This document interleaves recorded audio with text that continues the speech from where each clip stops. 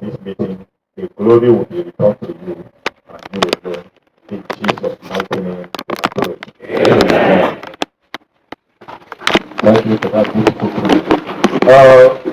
Your Excellency, as tradition demands, when labor meets in this kind of environment, we have to sing the labor solidarity song as a mark of honor to we labor leaders. So let us once again rise to sing the labor solidarity song. When a union inspiration to the work of natural, there can be no power greater anywhere beneath the sun.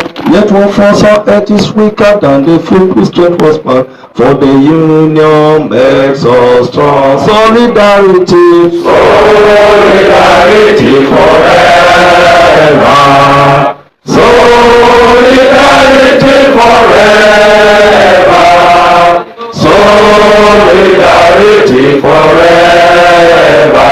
For the union makes us strong. Solidarity, solidarity forever.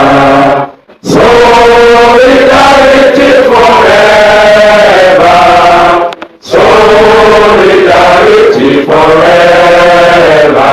For the union makes us strong. In Soweto, in Africa, in Soweto, in Africa, in Africa, in Soweto, Luther, Victoria, Asada. Thank you very much, Lord President.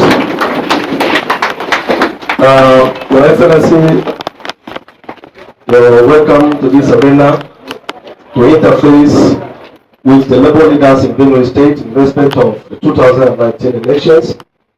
We are here, you have to know the people who have called you. The organized labor in Benue State is already seated. I want to officially introduce to you the number one worker of Benue State, Comrade Godwin Anya, JP, the state chairman of NLC Benue State.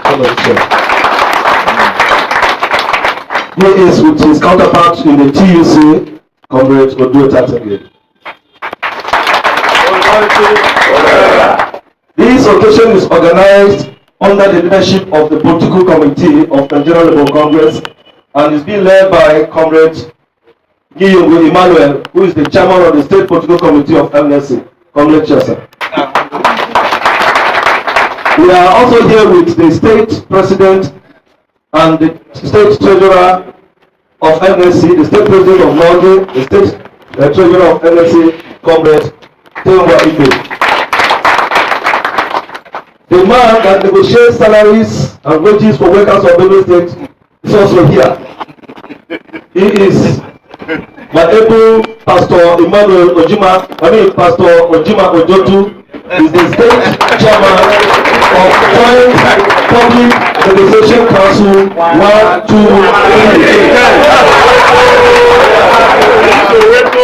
In Africa, thank you very much. Comrade Ojotu is awaiting to negotiate something in the pipeline. The people that are seated here are labor leaders in the state. Permit me to invite all state chairmen of industrial unions to rise for recognition. All state chairmen of industrial unions. Your Excellency, we have 33 industrial unions that are affiliated to the Nigeria Labour Congress, Benue State. So they are all here. 33 state chairmen of industrial unions. And then the TUC. Please get seated. State secretaries of industrial unions, rise for recognition.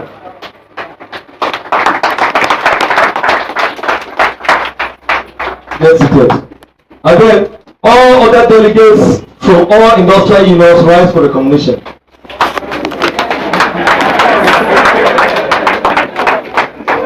Your Excellency, the people here form the echelon of leadership of labor in the state. Permit me to invite the chairman of the political committee to briefly welcome us.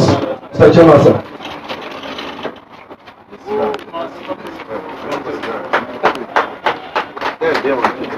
The flag bearer of the APC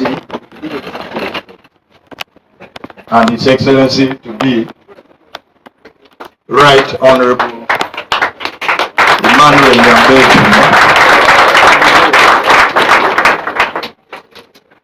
the Chairman, Nigerian Labour Congress, Benue State Council,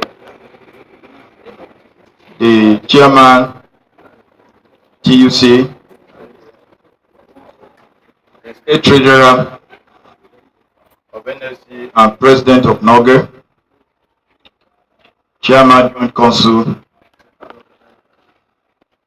members of the entourage of the flag bearer, comrades in the struggle, you are all welcome.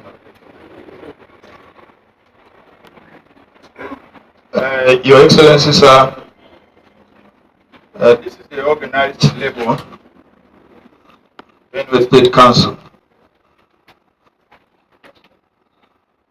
We feel obliged to provide a level playing ground platform for as many that are aspiring to govern Benue State to interact with labor.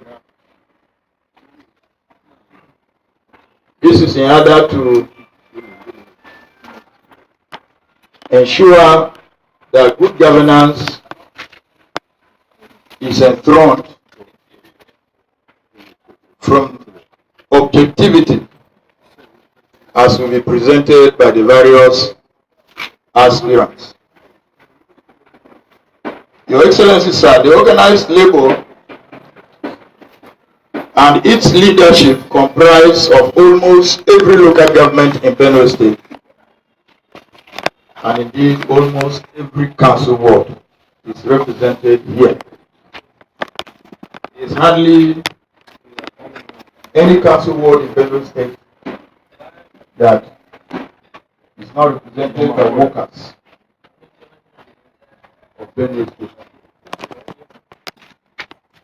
So we are welcoming you here to an audience that across all local governments in the state council wards and in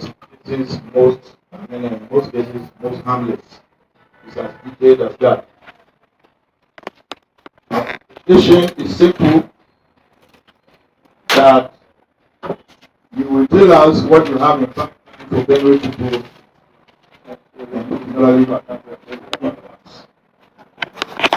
we have observed over time that the blueprint of aspirants to the office of the governor is always conspicuously forgetting the workers. Ironically, workers are the drivers of development plans.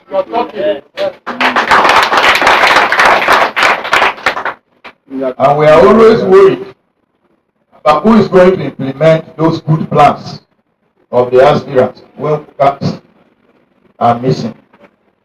Your Excellency, you will not only tell us about Benue State, you will tell us the plan that you have, workers, laborers, the servants, and those that are doing for Benue State. I welcome you to the podium, sir. Thank you.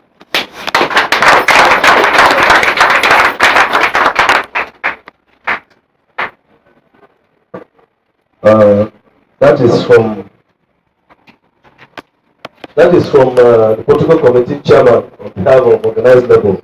We want to know the people who have visited us.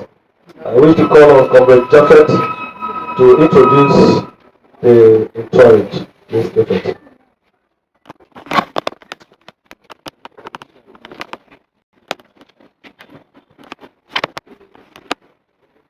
Great comrades, once again, we are happy to be here with the NLC leadership. As it has been already said, we have in our midst the incoming governor, His Excellency, Right Honorable Barrister Emmanuel Jime.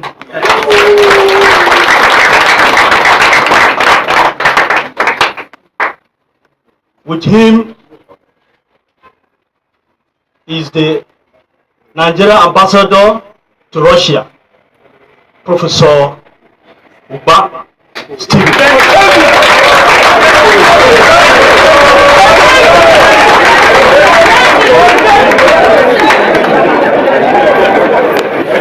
We also have distinguished Senator Jack Gado, who is the DG of the campaign.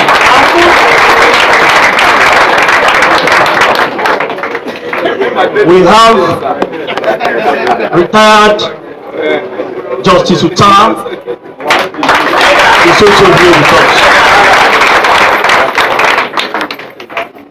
Without wasting our time further, I think we invite His Excellency to go into.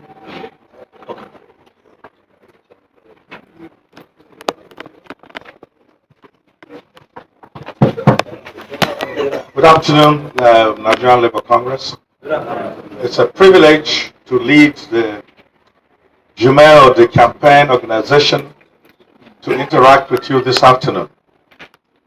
A major privilege, and we consider this a very serious affair. But before I'm leading the campaign, as you've been told. I've done it before, and I think I'll do it again.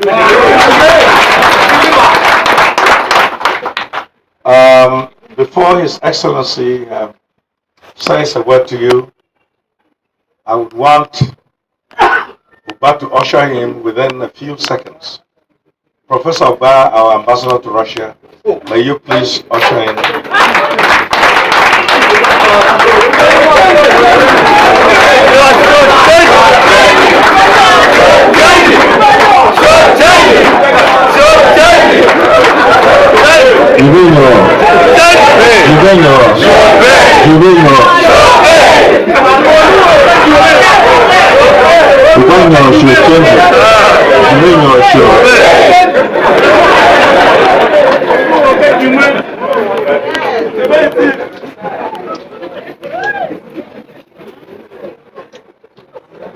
My father was a unionist. Your Excellency, distinguished Senator, my father.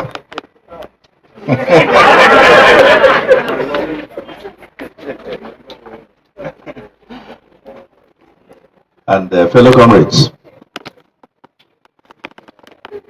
it's an honor for me to be in your presence one more time. I did that in 2011, and I think by proxy we also did it in 2014. In 2011, we came with a very clear message that we were going to be perhaps the greatest advocates for labor in this state, because you are the engine that drives everything we do in this state. However, they say God's time is the best.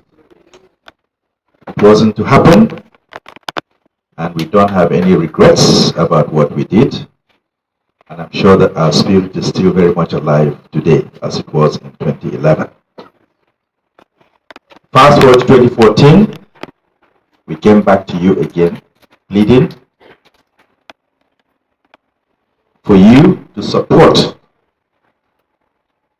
a change of government as a continuation of that change agenda phenomenon that took place in 2011. My hope was that the incoming government in 2014, which was inaugurated in 2015, will indeed address your challenges, your aspirations. However, that did not happen. And that is why today I stand in front of you, solidly behind Jime to be our next governor. It would have been so easy for me to go back and bring the person to whom I served as DG in the last political campaign. But it's so easy. But I don't usually take the easy path. I take the path that makes sense, the path that is progressive, the path that will lead to prosperity, because I come from a working family. I have worked all my life, earning a living month after month, and I know what it takes, or how you feel, or how I feel when I am expecting my salary at the end of the month and I don't get it. I have worked in that structured environment for the past 40 years. So I'm keenly aware of what you have gone through and what you are currently going through. And that is why I am supporting someone who will be sensitive to your needs. That is why I'm supporting someone who will not play games with your lives or your destiny. That is why I'm supporting someone who does what he says he will do, without looking this way or looking that way. And that is why I'm here, proudly queuing behind Emmanuel Jime to occupy that exalted seat called the governor of Benue State. And I'm proud of him. I'm proud of his efforts so far. And this is not Jime's project. This is not Uba's project. This is your project. And you shouldn't wait for anybody to come and induce you, to come and motivate you. If what you've gone through for the past 3.5 years is not motivation enough for you, then we are lost. Then we are gone. This is your project. You must make it happen without any of us coming to beg. This is your destiny. It affects me, it affects you. If you're not paid any, your wages, it affects me. If you don't get your entitlements, it affects me and my children. So please, look at this as your project, just like you did in 2011 and just like you did in 2014. So thank you very much for listening to me, and I'm really honored to be in front of you to address you. But I know that Jime will have something much more specific to talk to you about in terms of your living standards, your welfare, and whatever it is you aspire to be as labor workers. So thank you very much, and may God bless you.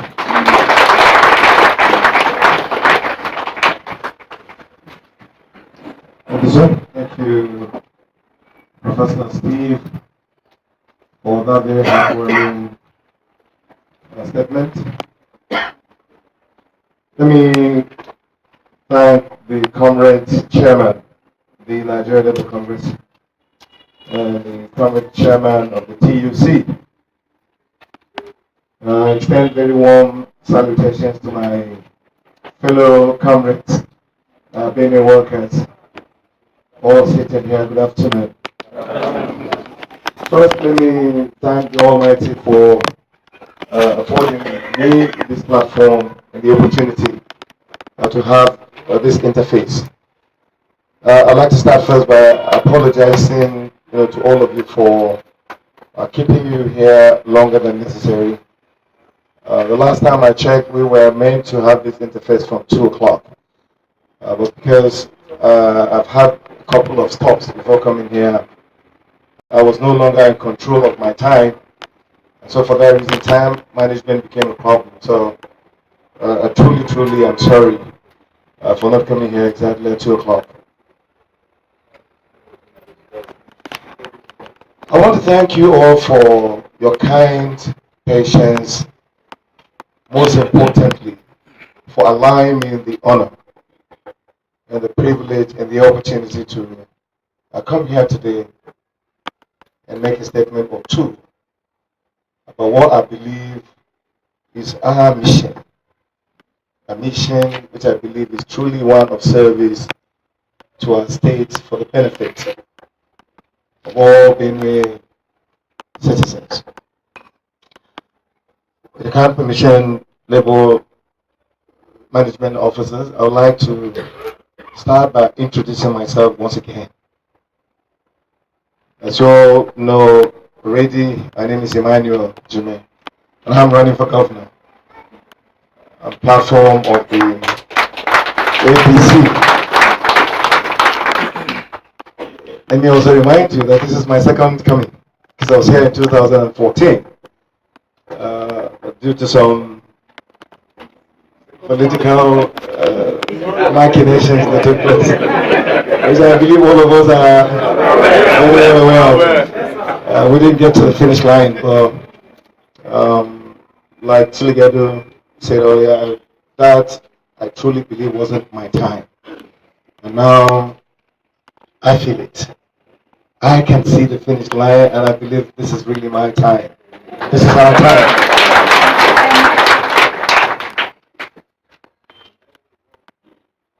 I was elected to serve the good people of Makurdi North at the Benue House of Assembly in 1992. Not too long after that election, I was fortunate and to have the honor and the trust of my colleagues to be elected Speaker of the Benue House of Assembly in 1993. That period was short-lived. We were there for less than 2 years, and the military intervention of General Sani Abacha came and sacked all of us. I remember my period in the State Assembly with some nostalgia. I'm sure all of you who are aware of the history will remember it was actually when I became Speaker that the idea to establish the Benue State University was mooted. And in less than 2 weeks of sitting as Speaker of the House of Assembly, we were able to pass the Benue State law that established for us the Benue State University.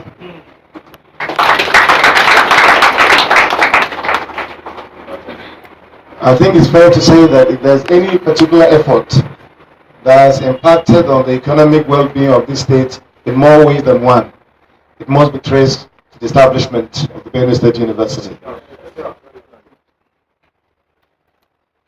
Of course, after the military intervention, being a lawyer, was called in 1984. I went to Abuja to continue with my legal practice, and I returned in 2007 during the return to civilian rule to seek election, and I was elected once again to represent Makurdi and Goma at the House of Representatives, where I served for 8 years, because I was lucky and fortunate to be elected for a second time in 2011.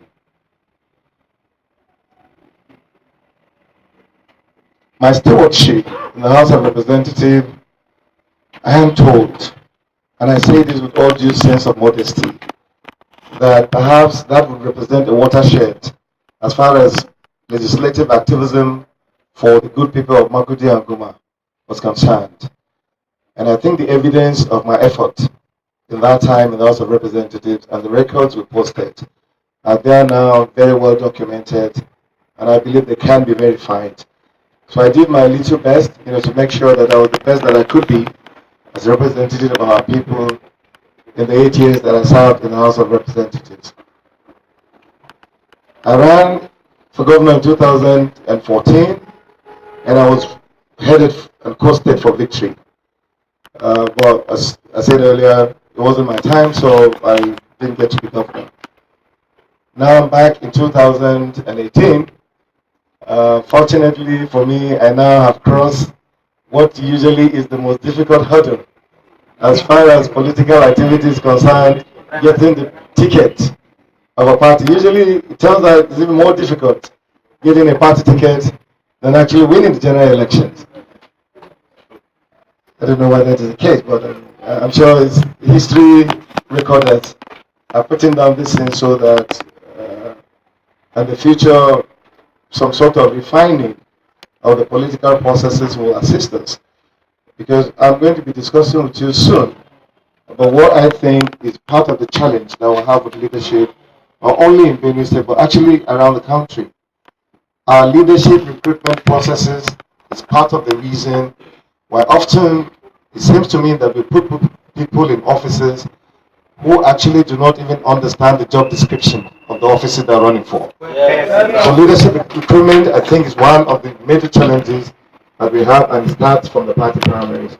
I'm hoping that we'll refine the system well enough so that good people who have good ideas for progress and development will also be able to pass through the camel's eye, as it were. Of course, I went back again to continue with my legal practice until Mr. President decided to ask me to have my first experience with the executive branch. You know, in all of my career, I've always been in the legislative arm, starting from the State Assembly until the House of Representatives. But this time, Mr. President gave me the honor and the privilege of serving the Managing Director of the Nigeria Export Processing Zones Authority, NEBZA. And that's where I've been until about 2 weeks ago when I tendered my resignation to come in fully and participate in this current process. So, my dear friends, that is me, this is who I am, this is where I'm coming from. And I also would like to think that is the preparation that I've gone through in all of my public life as readying me, for the very challenging task of shepherding this state in the high office of Governor of Benue. I will seek your kind permission, if you do not mind, that I will be allowed to focus a lot more on the area of our conversation that I think is more relevant to my audience here. As much as I would like to talk about Benue, I believe that is a conversation that we can take a whole day, and I won't be tired. I know you won't be tired as well, but in the end, the major thrust of this conversation may be lost somewhere in the middle.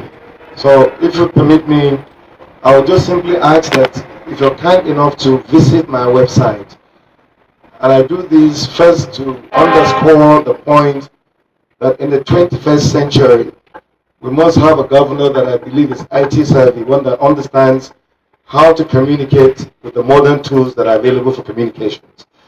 So my website, www.imagine2019.com, that is my website, and it will just simply roll out all that I believe are the beautiful plans in terms of the blueprint that we have for what we intend to do when we get into office from May 29th. Now, first let me speak about my stewardship as Managing Director. Like I said, this is the first experience I've had with the executive branch. And in that capacity, it has now opened me for the first time to have a one-on-one, an opportunity to deal directly with the labor force. When I got to NEBZA in 2017, I was appointed Managing Director in April 2017. At the time of my arrival, 2 weeks into the office, the first thing that I discovered was that there was complete low morale as far as the staff of NEBZA were concerned. I mean, you could wake up and walk through the corridors of NEBZA and people were hanging on corridors and chatting away. And government says we should resume at 8 o'clock, but most times you will hardly find anybody in the offices until way past 9 in the morning. So I needed to find out what was the reason why the staff were not responding the way I would expect that the staff should respond.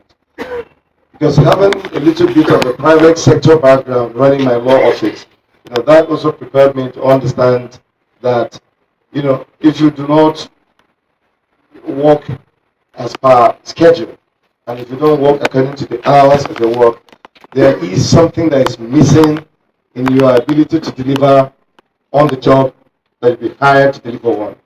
So I needed to find out what the problem was. And I now discovered a couple of things that were going wrong. For most of the staff of NEBSA, for a very long time, they didn't have as little as promotions from one level to the other. I also discovered that there are certain bonuses in terms of staff welfare that the chief executives before me, for some reasons known to them, decided not to pursue those allowances and to make them available to our staff at NEBSA. And then, of course, when I went out to visit in all of the free zones that we have around the country, it was actually the same. I found out that the Nigeria Export Processing Zone Authority was simply not functioning as it should. So I had to go back, sit down with the management staff, and ask a couple of questions. What is going on around here? What are we supposed to do? So the first thing I was told, there are a couple of promotions outstanding. And I'm like, so what do we have to do? Just simply go and promote everyone. I mean, everyone who deserves to be promoted should be promoted. I mean, if you don't promote them, whatever is it that is supposed to come to them will not enter my pocket. So why are we depriving people of the opportunity to grow in their careers? Ladies and gentlemen, in less than 1 year of my stewardship, we were able to clear all the outstanding areas of promotions at NEBSA. Second, the point about the allowances that have not been paid, some of which were outstanding, some of which we needed to approach other agencies of government. You see, when you work at the federal level as an officer in a parastatal, there is a sense in which you have to connect with other departments of government in order to get things, to happen. And usually it is simply about you walking into the next person's office and talking to him about the need to ensure that the welfare of the people that you lead is properly addressed. And I just found it was a simple thing to do. So I walked up to the budget office and I discussed all my needs and I let them know that there are areas that all I need for you to do, I'm not asking that the federal government should give me any extra monies. I know that within the internally generated revenues of NEBSA, we will be able to address all the outstanding allowances of our staff. But all I needed was, I had to get a permission to be able to use the resources that we were generating. So that permission came. And in less than no time we worked on it. You are not going to believe this. I wish it was possible for NEBSA staff to come, but I believe that you have your channels and you'll be able to make some verification of what I'm talking about here regarding how we work there. As at January 2018, the least paid staff in NEBSA on grade level 4 took home at the beginning of 2018, January, a leave allowance. I mean, there's this net bonuses. I don't know the technical name very well. I hope that you guys understand. But what I know is that every staff of NEBSA, starting from the least person took home 700,000 in January alone. And we graduated it. And by the way, so let me say now, I was also actually even looking out for myself. I wasn't only looking out for the staff welfare. Because in that graduation, the higher you went, the cooler it became. So, from my perspective as managing director, in January 2018, my allowances altogether calculated went up to 5 million.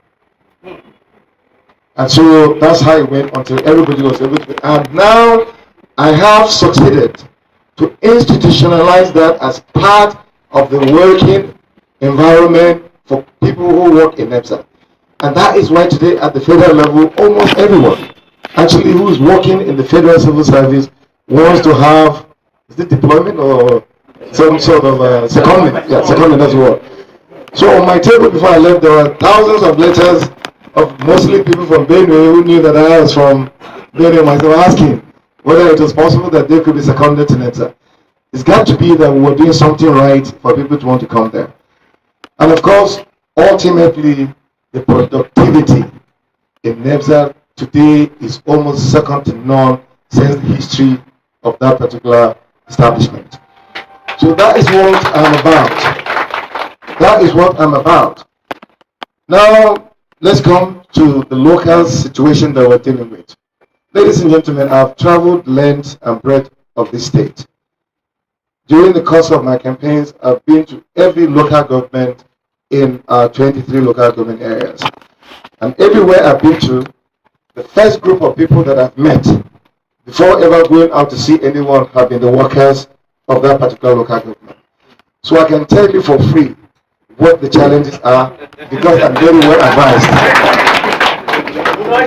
Of course, we know, the issue of salaries is well documented. And by the way, I'm going to ask this, and I don't mean it, I hope it doesn't go out the wrong way. This is the only state that I hear salaries have been owed sometimes 8 months, 12 months, and even more. And I've never had a labor strike. There's something that's unique about that. You guys are doing something magical here. Or maybe I'm wrong. I started to correct it. So maybe later I'll have a conversation. I need to be told what's going on around here. Because I don't understand how is it possible, unless it is a lie, that somebody can be owed as much as I've heard, that many workers are owed, and everybody seems to be pretty calm about it. Yeah, you guys are really great, aren't you? You guys are really great. By the way, so we know, as a matter of fact, the salaries have been owed here way beyond the salaries that Gabriel was owing, which led to his being defeated in his Senate seat. It was the workers of Benue State that ensured that Gabriel Susan failed his election to the Senate. And because Susan was owing between 3 and 4 months. So for me, if what we're talking about now is in the region of 8 months and above, I think without having to go for any rocket science interpretation, this is the group that certainly is rearing to go to make me governor. And I hope so. But so that's the point. We know salaries have not been paid. I know also that there are no promotions that have been made in a very long time. I know there isn't anything like increment in salaries. I know also that there is nothing like leave bonuses that are being paid. I know what's happening with our pensioners. Not only are they not being paid pension, but hasn't been any pension review in a very long time. These are things that I can chronicle them at my fingertips. So I know what the problems is, I know what the problems are, but I didn't come here, ladies and gentlemen, to come and sing the same chorus. I've not come here to come and do any lamentations. I'm not coming here, you will not see me cry. That's not who I am. I am here. No, seriously, you're not going to see a single drop of tear in my eye. I'll just look you in the eyeballs and I'll tell you, I believe that a governor should be a problem solver. You can't be complaining. Today you blame this guy, it was Akume, today it's George, what's his name, Gabriel Susan, and then now it's Buhari. Everybody else is responsible. Come on. When are you going to be responsible for other people?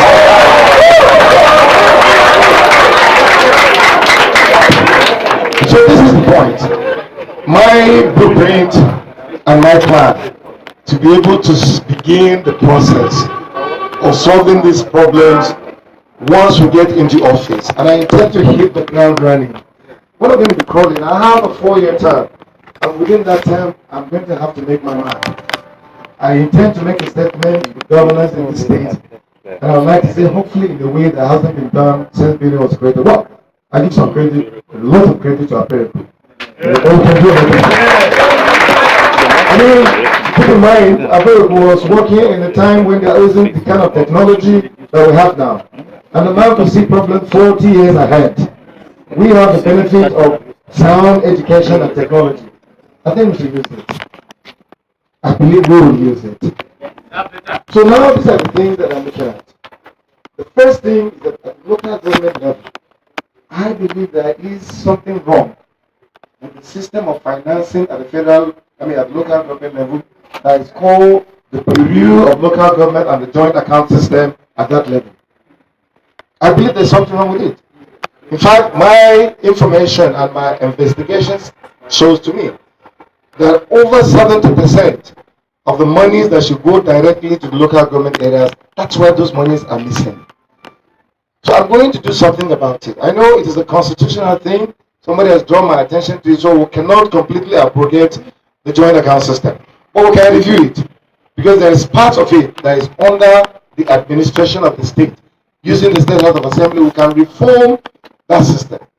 And I plan to reform it. I want to touch it in a way that, quite honestly, let us release the funds that should go to the local government so that development can actually start at that level. So under my watch, ladies and gentlemen, I'm making a covenant today with you. Not a penny of the money that should go to local governments will be stolen by anyone. We will stop it. I believe we can, because I'm determined to stop it. At the federal level, President Buhari has introduced a couple of things. I know, the issues about him, I don't deny. But I think there are also some good things that have been done. And from my perspective, I'm more inclined to look at the good things that have been done. I'm more of a positive person. I don't like to be negative. Now, Buhari introduced the TSA at the federal level.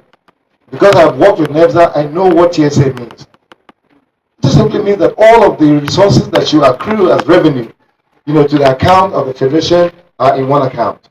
And therefore, it's easier for the administration of that account in a way that you can at least reduce pilfering with the resources of government that are going into that account. That's a good thing. And I think, and I believe, in my time as governor, we will do TSA in Benue State as well. We should.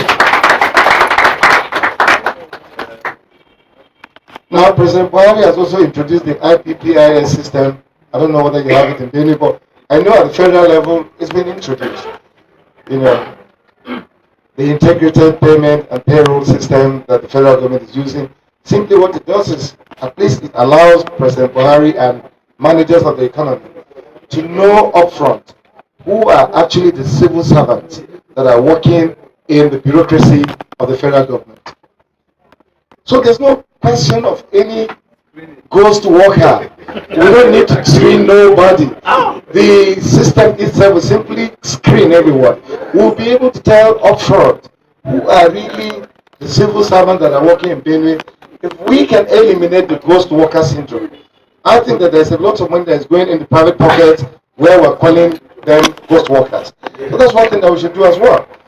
So I'm about solving this problem, and I think we should, use these tools that are available. There is mechanism that is available if we're honest and sincere about working out the solutions.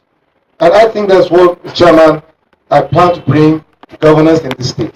Let's have some transparency, real transparency. I don't want this opaqueness that's been paraded around.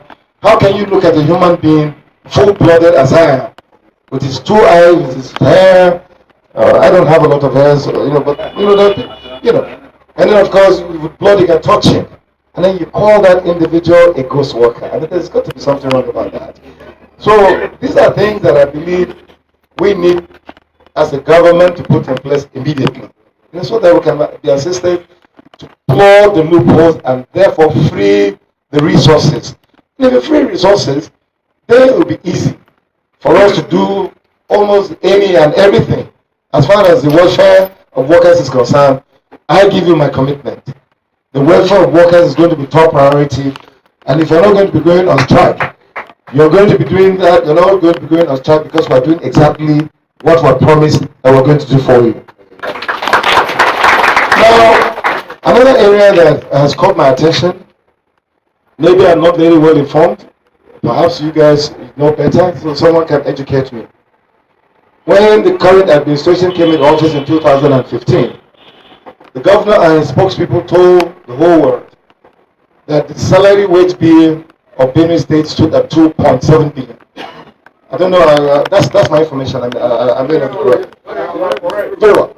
Now, I ask you, we're not having new employments, are we? We're not employing new people.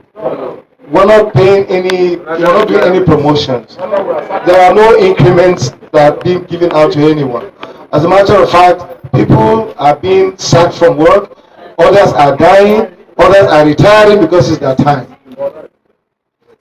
As far as I can remember, the only employment that has been done in the last 2 months is those of the office of Special Assistant on Postal, Special Assistant on Billboard, Special Assistant on Flags. Those are the only appointments that have been done, and even those ones only in the last 2 months. So the question I ask is, how is it that our wage bill has moved from a little under 3 billion to over 7 point something billion at the moment? There's got to be something wrong about that. There's got to be something wrong about that. So I'm just thinking, even if we're not going to bother to go too deep, these are things that you don't need rocket science. You don't need rocket science to say that somebody somewhere is touching monies that do not belong to him. So for me, these are the issues that I'm bringing on the table, and that's the conversation that I intend to have with you. If we're on the same page, then let's go do it. Let's go do this, so that we can start the process of ensuring that Benue workers can walk around with their heads held high, feeling proud of themselves, and delivering quality services. Because my motto is that if you motivate a worker, then you get the best out of that worker.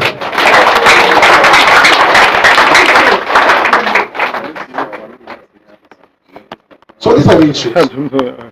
Finally, and if you'd like for me to go a little bit into some of the other areas that may be of concern to you, I'll start first, if you like, from the rumor mill. Suddenly Emmanuel Jime's mother is Fulani.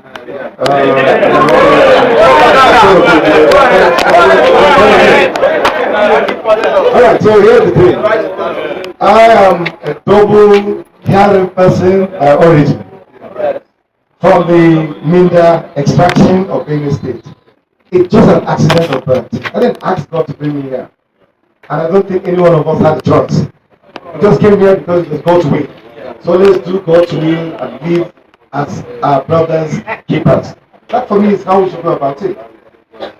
But the truth of the matter is that that is my origin. I come from, I was elected to the State Assembly in 1992. Nobody brought up anything about my origin. I ran for the office of House of Reps member, and I was there for 8 years, represented Mapiti and Guma. Did fantastic things for almost all the 21 council wards. If you go to my own family compound in my village, Bala, that's where I come from, Bala Council Ward of Makati. My father, gentleman policeman officer, is passed on, God bless him. My mother passed on as well. So when you bring her up in an electoral contestation, normally I'm supposed to be crying, but that's bull. That's absolute nonsense. The fact of the matter is that if you don't have a record to run on for re-election, go look for Jime's mother. And I hope maybe that makes sense. But the bottom line is that there's nothing to run on. That's really where we are at the moment. In the last 3.5 years, it's fair to say that nothing that can prove that the government exists in these shores exists. That's just a simple reality. So, yeah, you can go ahead and do all the propaganda that you want. I think many people know better than that. And in any case, Professor Oba, sitting here, is married to an Igbo woman. How would you feel if I wake up one day and then somebody were to say to Oba's children, with all the dignity that this man has brought about in public discourse and who he is, that his children, because their mother comes from another part of the country, that those children should not be put up for political office in our land. That really that should angry everyone. Marriage across tribes is not such a bad thing. My wife is Idoma. I'm not having an apology for that. My children have Idoma blood in their veins, so what? So tomorrow my children should not be allowed to do anything in Otupo because their father is a tech man. Come on. I mean, there's some things that we really should go and go past that. This is the 21st century, man.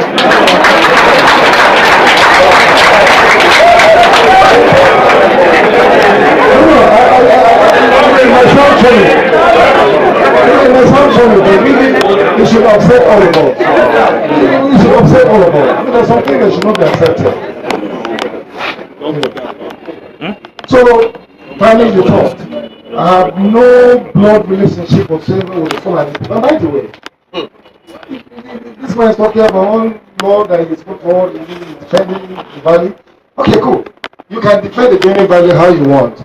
As far as I know, the Benue Valley starts from Kogi State to Cameroon. So if any man claims that he is defending the Benue Valley, there's going to be something wrong about that narrative because Benue State is not the Benue Valley. It's much more than that. And in any case, how do you defend the people with your bare hands?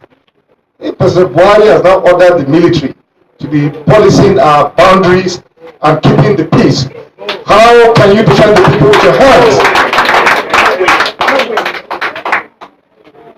So you can talk to, and I'm talking like this because this is a critical mass. I mean, everybody here is knowledgeable enough. You can feel this information at your fingertips. You can feel this information at your fingertips. Thank you. So, that is the bottom line. I, as a member of the House of Representatives, let me talk about the anti-open grazing law bill. I, as a member of the House of Representatives in 2011, almost 8 years ago, the first man on the floor of the Green Chambers, I raised a motion on the floor discussing, drawing attention to this Fulani herdsmen killing our people. Because my own family compound in the village was burnt down up to now. So I don't talk about this thing, with any political undertone. There's no emotion. It is something that is real. I have been impacted by it directly. And I raised a motion on the floor speaking about ranching as far back as 2011. So, this anti-open grazing law is not any exclusive reserve of the present government.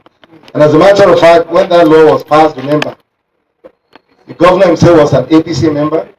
The House of Assembly was led by an APC speaker. So how come the same APC that midwifed the law is now the only party that is coming so we can do away with the law and bring all the Fulani people and take over all our land? Come on! I mean, it's just so ironical. Right? It's just so ironical. So I believe that there's nothing about that should worry us. I have offered myself that I'm going to implement the anti-open grazing law, but I'll do it in a clever way. Because there is a way that you can do that law that will guarantee the security that it was meant to provide. I have nothing against the law. I just simply have something wrong about the implementation of the law and the politicization of that law. If you read the law as I believe I've read it, the law actually is providing for economic welfare. Nobody is being prevented from getting involved in the economics of livestock. And we made the mistake of thinking that ranching is only about cattle. That's not true. Any livestock, you must ranch any livestock. And there is economic benefit that comes from ranching. More meat, dairy, more fresh milk, everything that you can connect as sister industries that can come and emerge from the creation of a ranch. Organic fertilizer, everything. And Aperico of blessed memory, thank God for him, 40 years ago solved this problem. Because he's a man that is clear-headed. He saw the problem 40 years ago. And that's why he established the Ikogen Cattle Ranch, which has now been allowed to die, and I am going to divide it.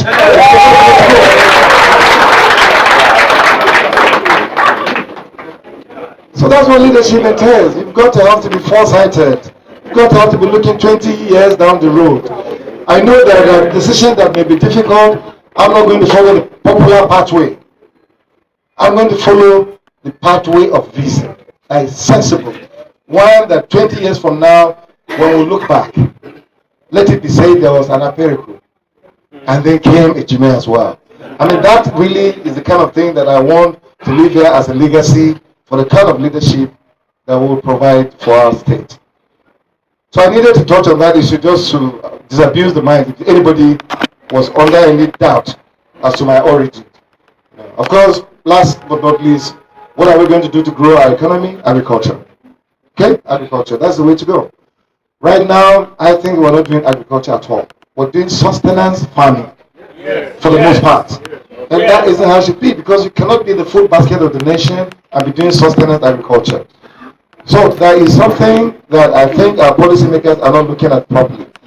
I think and I believe, unless and until we start going through all of the food value chain, from cultivation until processing, we will never ever get to that point where Benue can deliver on its potentials. So agriculture for me is key. And I'm going to have to be very clever about it as well, because I've seen clever governors using agriculture. I intend to copy them. The governor of Kebbi State, what clever dude. That's who he is. I mean, this guy is governor in desert Kebbi, but you and I, everyone, well know that the rice that is produced in Kebbi is enough to feed Nigeria today. In Kebbi. Whereas it is possible that if we go to just close Agatu here and use the Fadama that is in that Agatu and right up on the whole of the Benue Valley, up to the Katsina Allah Valley, we certainly can produce enough rice to feed this nation and go beyond. But the way to do it is to be clever. We've got to have to partner with states that have the resources to be partners with us in that venture in the same way as KB has done with Lagos State. That's the way to go. And then, of course, we're talking mechanization. You know, unless we do commercial agriculture, we're still going to be basically doing sustenance. All right? I get very angry when I speak about this, because today, in this state, we all know there's only one farmer that is doing commercial agriculture. Yeah? There's only one farmer whose businesses are thriving very, very well in this state. No one elects a governor to be the best farmer in the nation. No one elects a governor to be the best businessman in the nation. Government business is no business. Government business is service oriented. You serve your people. So if you're elected governor, you should enable a lot of Benin millionaires coming out of agriculture. That's the way to go. And I thank God I'm not a businessman, so obviously I'm not going to be producing water to sell to anyone. Because I don't know how to produce water. So I'll enable those who want to do water business in this state to be able to do their water business. Okay? So once again, like I said, we can take the whole day talking.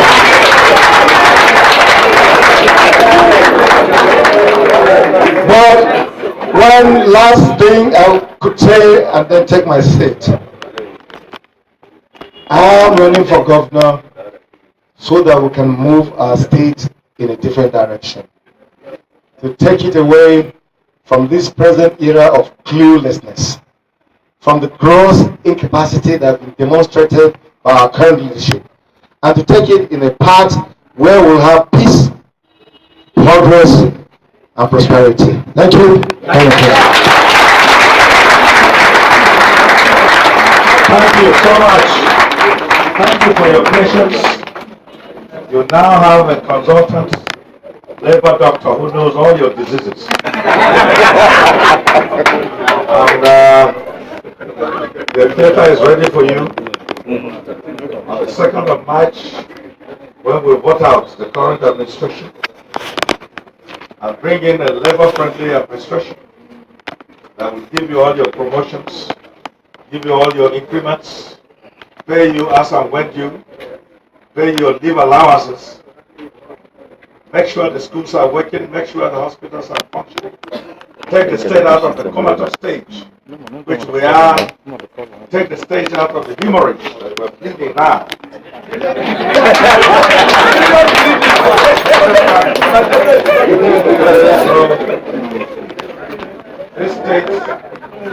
This state has never known this before.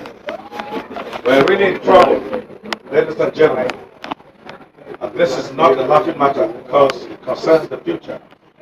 That's why old people like me, at the age of 74, I'm still going around with this young man, trying to ensure that we have a responsibility. This guy is his father, 81 years old,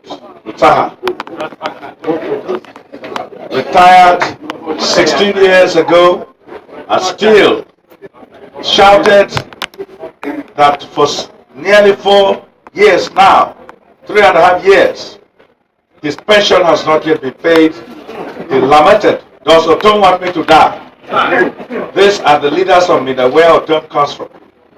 That's why he's standing in the sun with his bald head.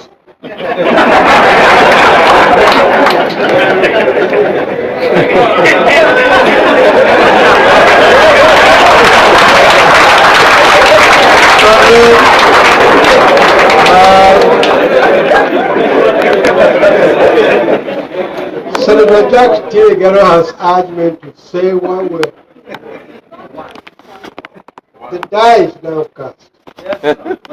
It is for you to decide. When His Excellency Professor Oba said my father was a unionist, I said I testify. I'll tell you that story. I started teaching in January 1960.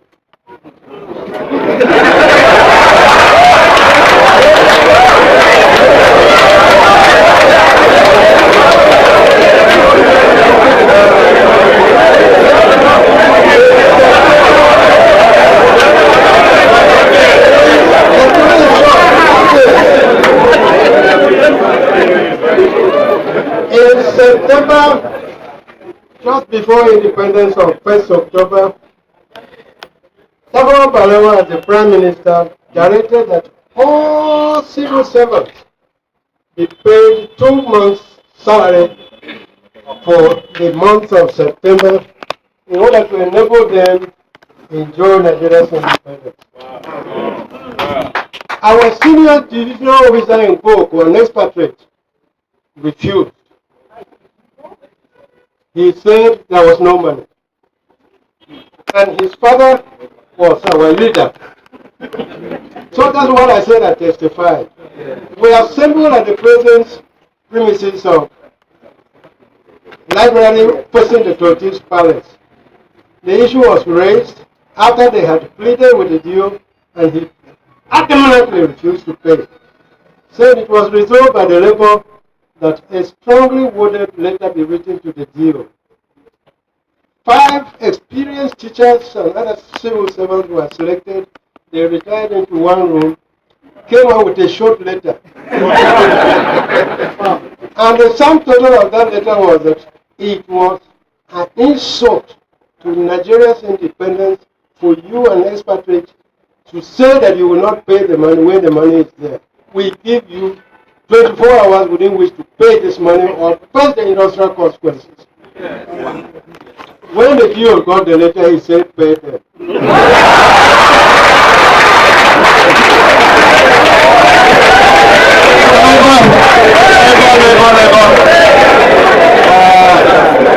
We're going to leave you. We are very sad, but we're going to hear from you. But honestly, we are speaking to the converted. The suffering is obvious on your faces. Very terrible. I'm sorry about that.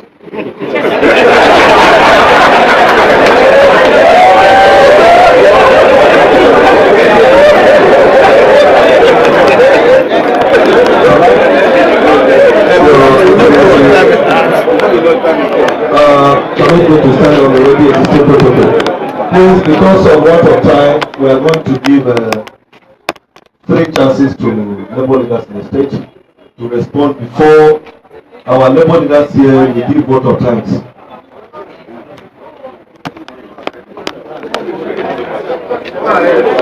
Yes.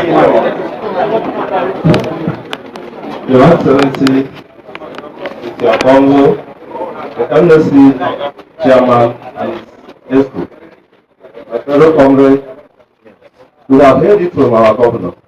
He has said it all. Amen. And we believe it's a lawyer. He can defend very well. So I don't think we have much to say. Our own is to say you are there that day. Our word is thank you. Thank you, Your Excellency, the Governor to come, the Chairman NLC and Chairman TSA. I stand on the established protocol. Abraham, it is my name. I represent Senior Staff Association of Nigeria Polytechnics. I have just one question to go through. You have spoken well, and from what I've heard about you, I am told you are man of the word. I've never interacted with you. Benue State is challenged financially. It's one of the states with a very legal allocation, but not an oil producing state. You spoke very well about reviving agriculture.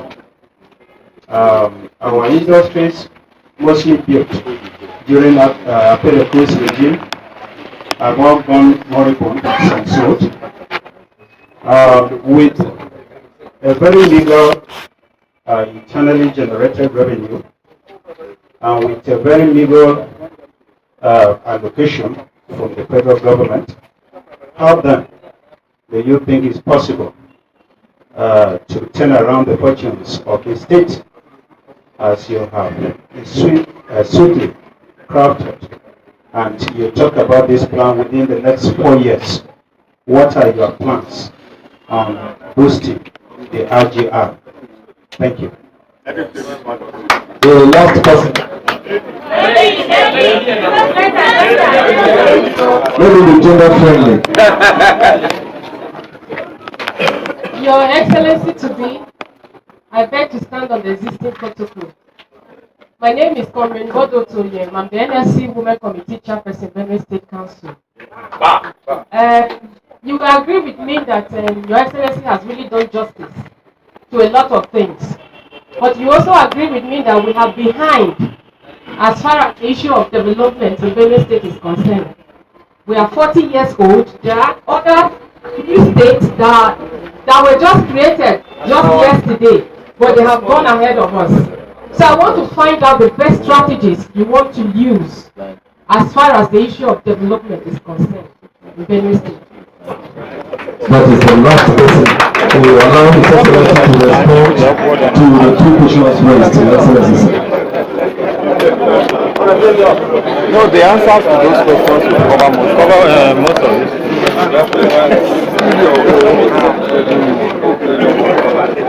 Thank you very much. Thank you very much for your very kind interventions. I believe that in the course of my statements that I made earlier, I may have touched in passing on a number of areas that I feel we will improve on and do a lot better in terms of how we are managing our resources. Yes, Benue is not a very wealthy state, but we don't really belong in the least cadre of states that are poor. As far as I'm concerned, Ebonyi is poorer than Benue State in terms of the federal allocation. That's what you're referring to. But I mean, everybody, the jury is out. You go to Abakaliki today, to see there's a miracle because you have a governor who has come in there. He put his thinking cap on, and it's not dependent entirely on federation resources. And even the federation resources that come are prudently being managed. That's part of the discussion we're having here. Let me shock you, if I haven't been shocked enough. Between 2015 and 2019, the total amount of money that has accrued, actually, last time I checked was 2018. So I don't have the figures leading up to 2019. The total amount of money that has accrued as federal allocation, of course including some bailouts and some of the loans that were taken, stands today at 402 billion. These are the records. I mean, the records, you can see it. Please, I challenge you to try and verify that. My take, quite frankly, that if they had 402 billion, and I remember there was a time that the governor was saying something about Gideon Susan had stolen 100 and something, 107 billion, and that if he had recovered even half of that, he would turn billion into London. But so here is the jury. You have 402 billion that accrued up to 2018. I don't see any London here. Do you see? So I think we have to be clear about this. First, what is important is the sincerity of purpose that we intend to bring into governance, the prudence in managing our resources. And of course, most importantly, we're going to have to grow our agriculture. That's the one area that Benue has competitive advantage. Then of course, there are government factories, but some of them are being sold. That's okay. I don't really have a problem. Let me be upfront about this. Privatization is not necessarily such a bad thing. My take. Again, I may be wrong on that, but I like to speak honestly about what I feel. Privatization is not exactly such a terrible thing, but it's the manner in which we have conducted privatization that is wrong. If you privatize in a way that the company now actually goes into operations and is producing, is hiring workers, and there's revenue that's being yielded to the state, there's nothing wrong about that. But when you sell a company to somebody who brings a briefcase and is related to you, so that you go back and find some underhand things that are going on, it's wrong. It's the lack of transparency, first and foremost, that is totally wrong. And I believe also that there are nations in the world today where government is running companies successfully. So the argument again that it's only the private sector that can drive the government, that too can be challenged. It depends on the school of thought, the economic school of thought that you are from. You can marry both government participation and the private sector. I think it's a model that can work. I was able to make it work when I was managing director of NETSA, putting the private sector and the public resources together in order for us to be able to deliver on our free zone scheme. So I think that for me would be the answer. I mean, we can grow our economy looking at agriculture. And I forgot to say something. Benue has one of the most brilliant set of young boys and girls. Yes. Very, very articulate. If you want to go to the social network and see what's happening there. Me, I like to pride myself as somebody who is in the 21st century. So I'm on Facebook. Okay? I do Instagram. I tweet. This is the modern tools of communication. See Benue guys doing very, very beautiful. ICT. That's the next area to go. So we will enable the environment so that there are younger ones who are into entrepreneurship. We'll have the enabling environment for their businesses to thrive. The government must take a lead and participate in this process as well. So I believe it's possible to grow our economy, but most importantly, we must be prudent as to how we're managing government resources. I don't think Benue is really as poor as we sometimes make it to be. Development issues, go to mention about development. I think in a way it's wrapped in this conversation I'm having. I believe that development simply comes in all the facets. You don't have to do infrastructure. Without infrastructure, there is no way you're going to have meaningful development. All right? And then, of course, the area that I'm talking about, the promotion of youth activities, getting them off the streets, so that they can become managers of their own destiny. If we provide some sort of good mentorship for our youth, I think they are ready to train and retrain. So we'll put them to work. And I believe once we do that, development, in all the facets will come. But we're going to have to take it one day at a time, step by step. And I think we'll get to that beautiful place that we want Benue to be at. I hope I've managed to answer a few of the questions. Thank you. Thank you, Your Excellency, for giving very beautiful answers to the questions raised. I want to call on the TUC chairman to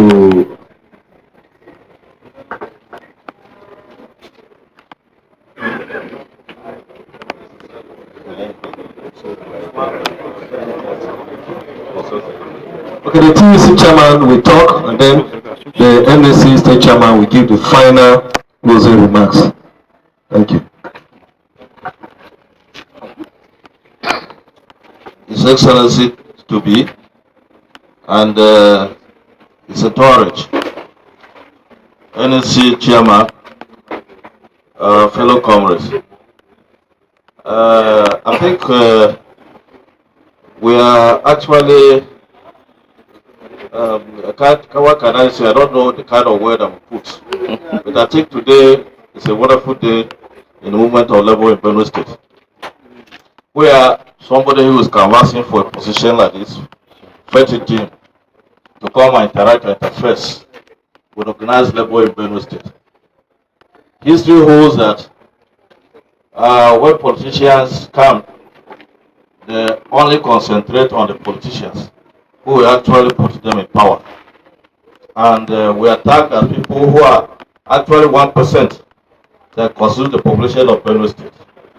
But I think for the horse's mouth, we have learned that we form a formidable and a majority in Benue movement.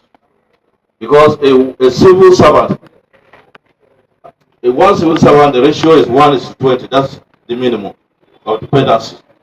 So when you put about, say, 10,000 civil servants, multiply by 20, that's the kind of population we have. I'm only at the conservative figure, sometimes more than that, based on the extended family system we have in Nigeria, and Benue in particular, where you have the in-laws around you, where your mother was born, they still place and come to you. So it becomes very difficult to manage the resources of a civil servant. So if you have somebody who actually knows the plight of civil servant, I think we are praying that God should actualize his dreams so that he will take us to the promised land.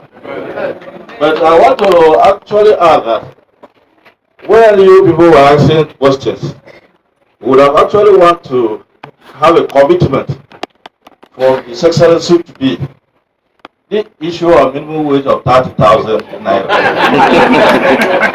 What is your covenant with the civil servant? So Benue State, so that we can accept and make it as a legal document as you are a lawyer.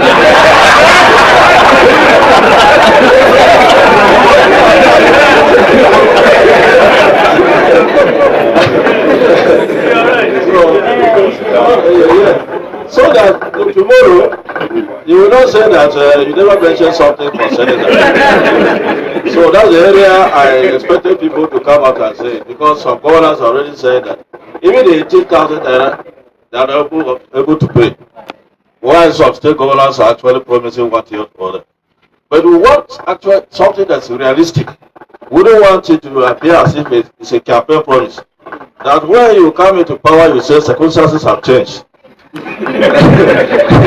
want the relationship, the cordial relationship that we are discussing here and laughing to continue when you come into the office. I think we were indicted here that of all the sufferings, we were still smiling. There was no kind of strike action that we actually tell that we are labor leaders. I think we are able to fight a war with the present administration to the extent of even bringing the national officers. When we cried foul and we raised alarm that we cannot hold things no longer, we brought the national officers that came. Ayuba and Kagama were here in town and they engaged the state governor. And something happened out of that. So, Your Excellency, sir, that's the area I would want you to touch. Because other things, it will be a kind of petition. Let us have your commitment voice on the issue of 30,000 naira minimum wage. Are you going to give up 35 or 40?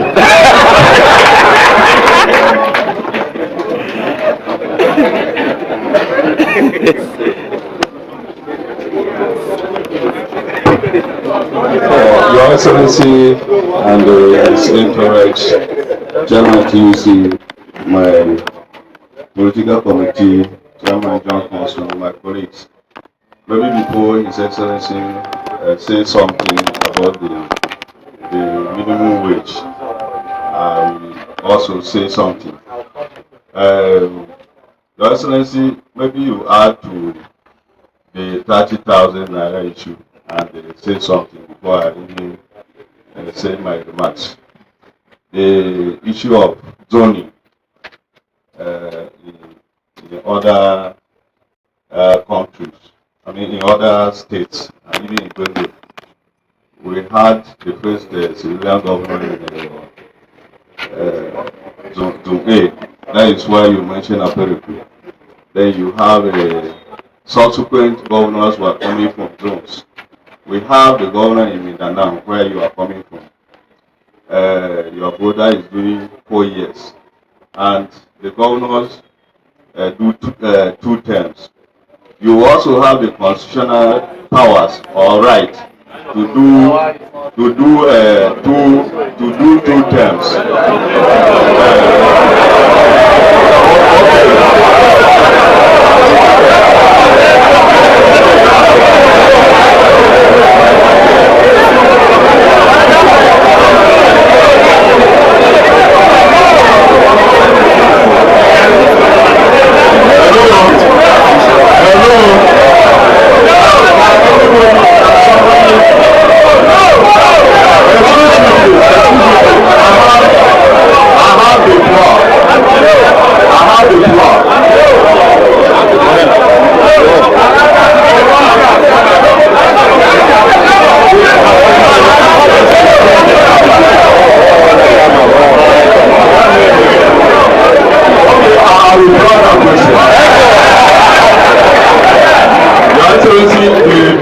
We are not politicians, and so we should go into politics. But I'm sure that many of them are going out to join politics, and they will be.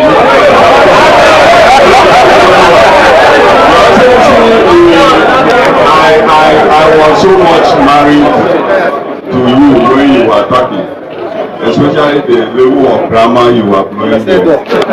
I like it so much. No, I don't know how to speak good English, but I like listening to good English. So I was so much married to you. If it were me alone, I would say, based on grammar alone, you are in Gomer house. So I want to thank you so much, and I want to join my counterpart in the DUC to thank you so much for identifying the level right from the word-go. And we want to believe that when you go to Gomer house, you will not forget us. You know our problem, the plight of the workers, particularly the workers of Benue, and you will know that you will not forget us at all. There are a lot of problems faced by the workers. We're not talking about other people, but the workers in particular. So we want to tell you that as you go to Paradiso, you always be with us.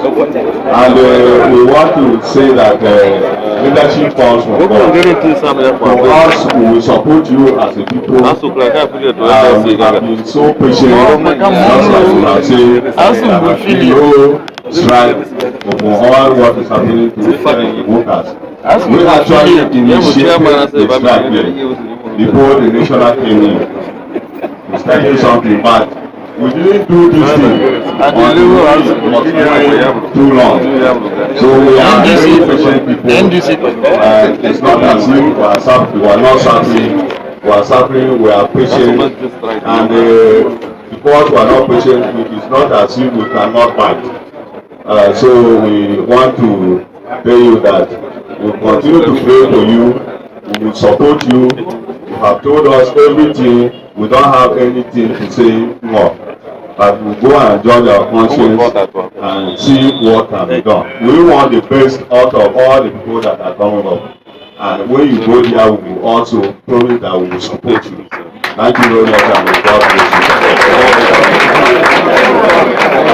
Thank you. Let us rise.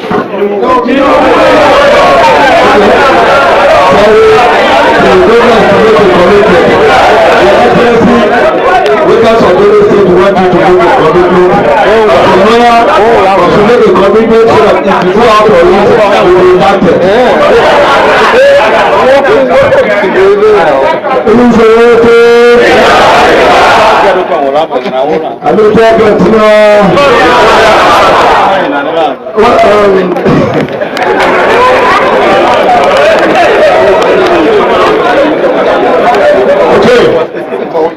Now these guys are very hard bargainers. I haven't even sat in the office yet and I'm already sweating. I think that to me, my understanding is issues of minimum wage are determined at the center. It is not the state that determines minimum wage. That's my understanding. And the last time I checked, that process was ongoing. I don't know if it is concluded. Has the National Assembly passed it? Has it?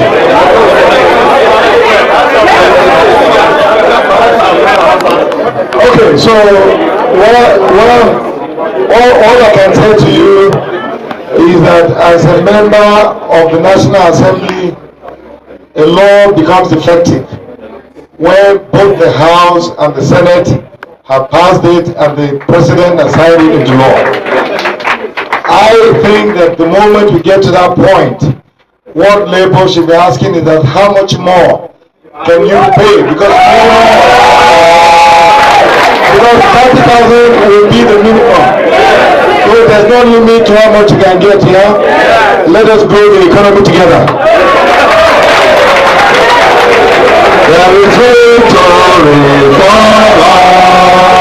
There is victory for all. It is all for all. There is victory for all. Forward ever, backward never. It is all for Amen.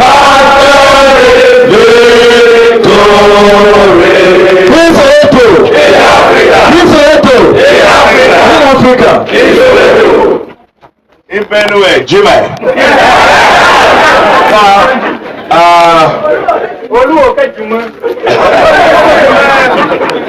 Thank you so much. Please send the word around the entire state. This is the leadership of Labour. We've spoken to all your colleagues in every single local government we've been to.